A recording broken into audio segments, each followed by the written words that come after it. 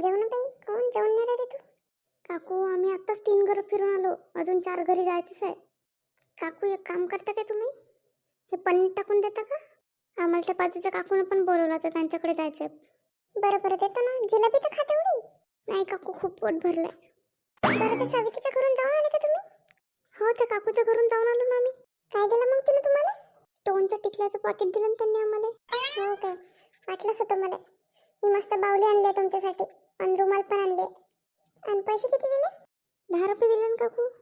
तेच, मी सगळ्यांना 50-50 रुपये देणार आहे. बरं, देता काय काकू बांधून हे? मग मला ट्युशनला पण जात आहे. 4 घरं करून मग ट्युशनला जात आहे.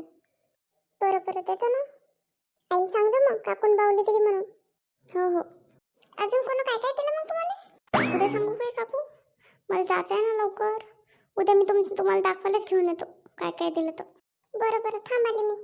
तुमचं कन्यापूजन झालं की नाही? आणि तुमच्याकडे पण असंच विचारतात का हो? यांनी काय दिलं, त्यांनी काय दिलं, यांनी काय बनवलं जेवायला, कसं होतं जेवण? कमेंट करून नक्की सांगा. आणि हो, आपल्या चॅनलला फॉलो आणि सबस्क्राईब करायला विसरू नका. थँक्यू.